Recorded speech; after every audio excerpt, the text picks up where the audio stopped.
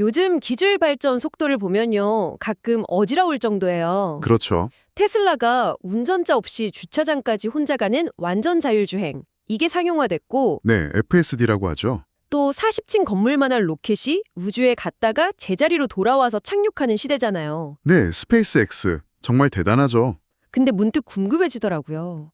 우리가 매일 사는 이 건물들은 과연 이런 시대에 맞게 지어지고 있는 걸까? 아주 중요한 질문이네요. 오늘 저희가 함께 분석해볼 자료가 바로 이 질문에 대한 한 건설 AI 전문가의 아주 날카로운 진단과 해법을 담고 있거든요. 맞습니다.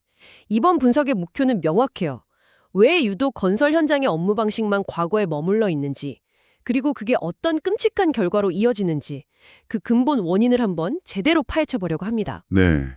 오늘 이야기의 핵심을 꿰뚫는 아주 재밌는 비유가 하나 있는데요. 오, 비유요? 바로 현금 톨게이트와 하이패스예요. 현금 톨게이트와 하이패스요? 네.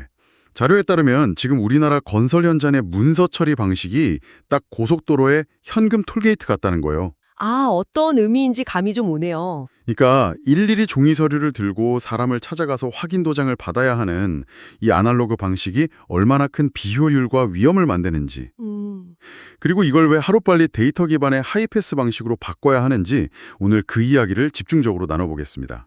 현금 톨게이트라니 비유가 귀에 정말 쏙 들어오네요. 그럼 먼저 현실과 이상의 격차가 얼마나 큰지부터 짚어보죠. 네, 좋습니다. 자료에서 언급된 최신 기술들이 사실 먼 미래 얘기가 아니잖아요. 그럼요. 이미 현실이죠. 한국에서도 테슬라의 FSD, 완전 자율주행이 서비스되고 있고요. 내비의 목적지만 찍으면 차가 알아서 운전해서 주차까지 해주니까요. 맞아요. 스페이스X 로켓은 이제 뭐 뉴스에서 봐도 또 쌌구나 할 정도로 익숙해졌고요. 그렇죠. 40층짜리 건물이 하늘로 솟구쳤다가 그중에 절반인 20층 높이 추진체가 수직으로 착륙하는 장면.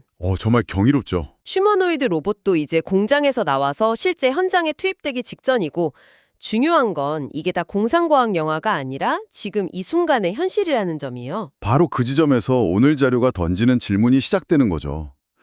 이런 시대에 왜 건설 현장은 변하지 않는가? 바로 그 부분이에요.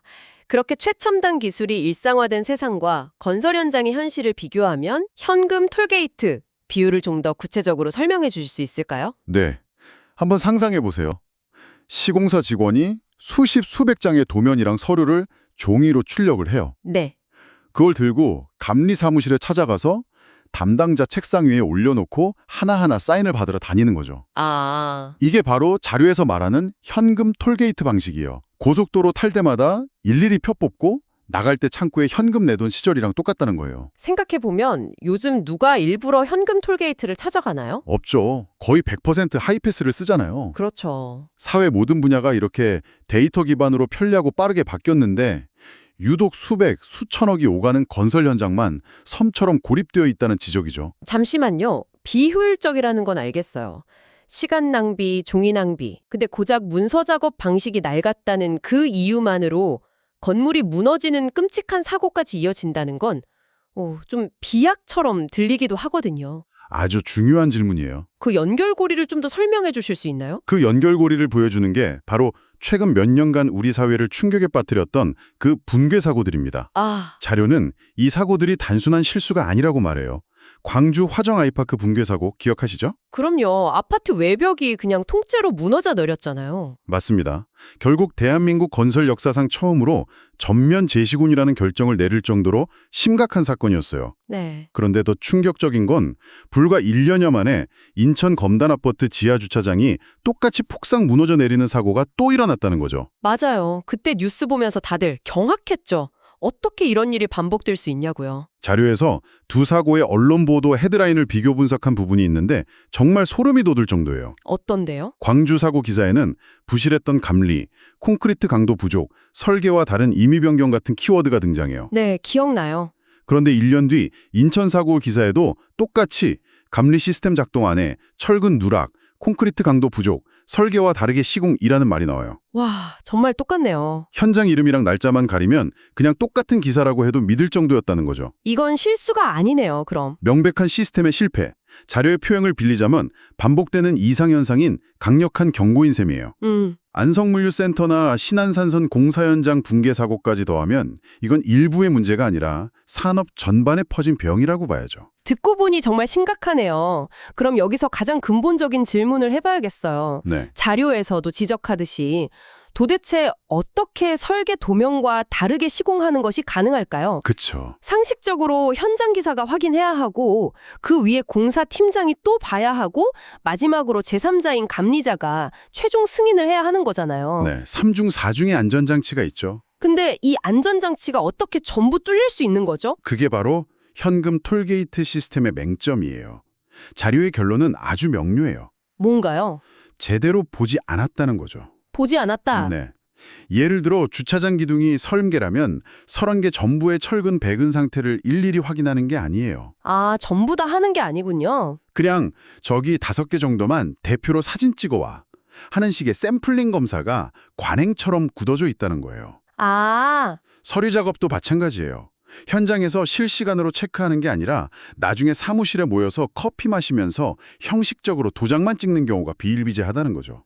알면서 눈 감아주는 게 아니라 애초에 꼼꼼히 볼 생각도 볼 수도 없는 구조라는 거군요. 정확해요.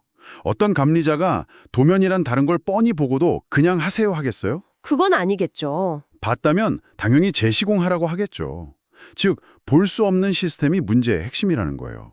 수십 장의 종이 서류와 도면 더미 속에서 모든 걸 완벽하게 확인하는 건 물리적으로 불가능에 가깝거든요.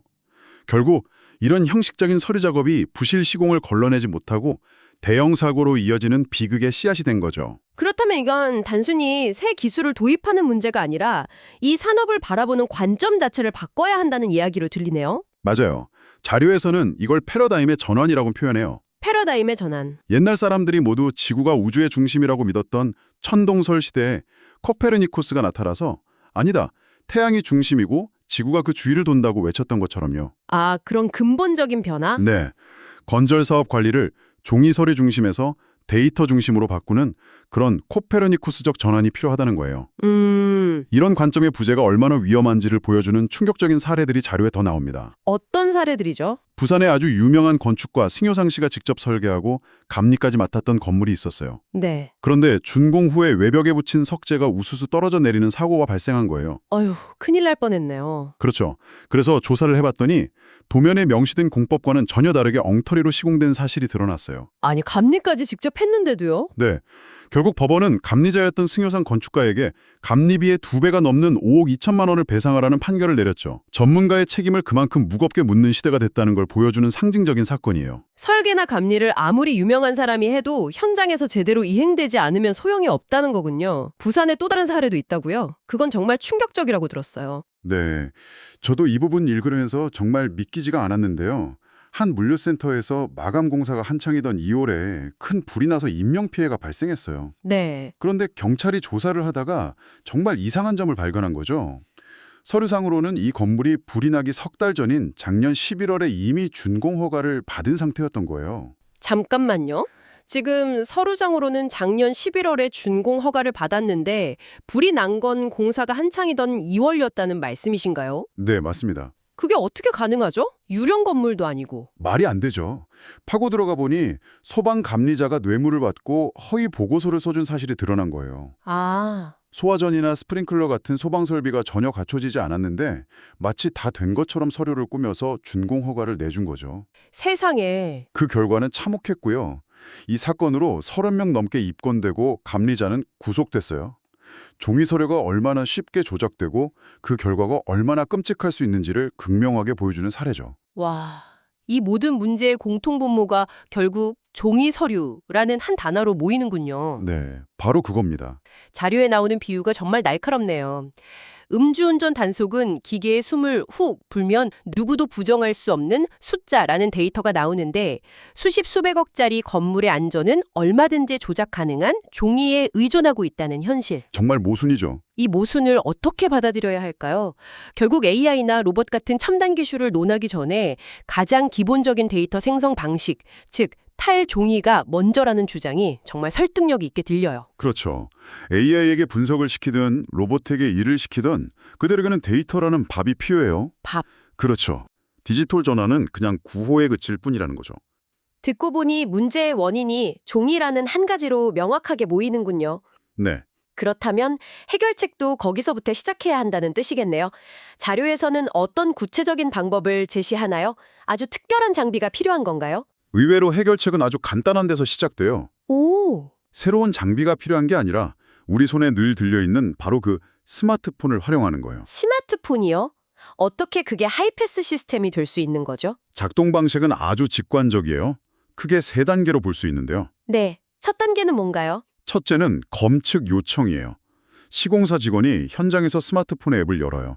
미리 만들어진 체크리스트에 따라서 항목들을 확인하고 공사 부위 사진을 찍고 도면상 위치를 딱 찍어서 감리자에게 디지털로 검측 요청을 보내는 거죠. 아, 종이는 아예 없는 거네요. 네, 전혀요. 그럼 감리자는 그걸 받아서 어떻게 처리하나요? 그게 2번째 단계, 검측 및 승인이에요. 감리자는 자기 스마트폰으로 알림을 받고 요청 내용을 확인해요. 네. 그리고 현장에 가서 실물이랑 대조해 본 뒤에 그 자리에서 바로 승인 또는 반려 처리를 하는 거죠. 반려할 때는 어떤 부분이 잘못됐는지 사진에 직접 표시해서 보낼 수도 있고요. 아, 실시간으로 피드백이 바로바로 가는군요. 그렇죠. 마지막으로 이 모든 과정, 즉 누가, 언제, 어디서, 무엇을 확인하고 승인했는지가 종이 한 장 없이 실시간으로 클라우드의 데이터로 차곡차곡 기록되고 저장되는 거예요. 와, 그럼 누구도 이 기록을 수정하거나 삭제할 수 없겠네요. 바로 그겁니다. 와, 단순히 문서를 스마트폰으로 옮기는 수준이 아니네요. 모든 과정이 투명하게 기록으로 남는다는 게 핵심군요. 맞습니다. 여기에 AI가 결합되면 더 놀라운 일들이 가능해진다고요? 바로 그 지점에서 아하 하는 순간이 와요.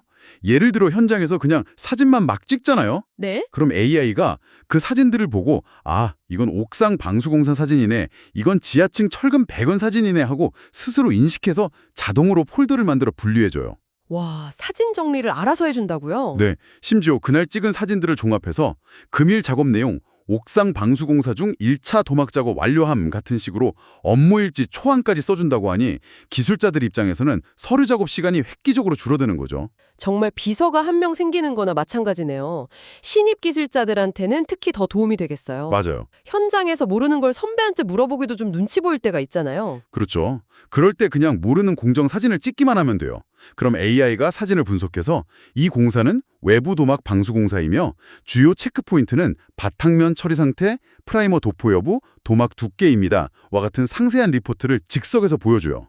와, 24시간 내내 옆에 붙어있는 친절한 디지털 사수가 생기는 셈이네요. 바로 그거죠. 아파트 마감 하자를 관리하는 방식도 혁신적으로 바뀐다고 들었어요. 보통 입주 전에 하자 점검할 때 보면 포스트잇 붙여놓고 정신없잖아요. 네, 기존에는 현장 담당자가 하자 부분을 사진 찍어서 단체 카톡방 같은 데다 올리는 주먹구구식 관리가 대부분이었어요. 아, 101동 502호 화장실 타일 깨짐 이런 식으로요. 맞아요. 이러면 수백 개 메시지 속에서 뭐가 처리됐고 안 됐는지 추적하기가 거의 불가능하죠. 그쵸. 그런데 앱을 이용하면 하자를 발견한 사람이 위치와 내용을 등록하면 그 하자를 처리해야 할 타일업체 담당자에게만 자동으로 알림이 가요. 오, 그리고 그 업체가 보수를 완료하고 사진을 찍어 올리면 다시 최초 등록자에게 알림이 가서 최종 확인까지 할 수 있는 아주 체계적인 관리가 가능해지는 거죠.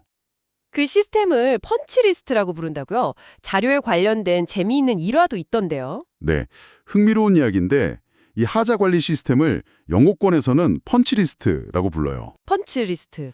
그런데 자료 제공자가 10여 년 전에 한국에 이 펀치리스트라는 단어를 상표로 등록했다는 거예요. 진짜요? 당시에는 네이버에 검색해도 아무것도 안 나오는 너무 생소한 단어여서 상표 등록이 가능했다고 하더라고요. 그만큼 당시 우리나라 건설 현장에서는 이런 체계적인 마감 점검 프로세스에 대한 개념 자체가 희박했다는 걸 보여주는 상징적인 일화라고 할 수 있죠. 오늘 쭉 이야기를 들어보니 이 모든 기술의 궁극적인 목표가 단순히 문서를 줄이고 업무를 편하게 하는 걸 넘어서는 것 같아요. 맞아요. 그게 핵심이에요. 기술자들이 매일 밤 야근하며 서류 작업에 매달리는 시간을 줄여주는 것. 네. 그 아낀 시간으로 현장 구석구석을 한 번이라도 더 돌아보고 작업자들과 소통하면서 품질과 안전을 직접 챙기게 하는 것.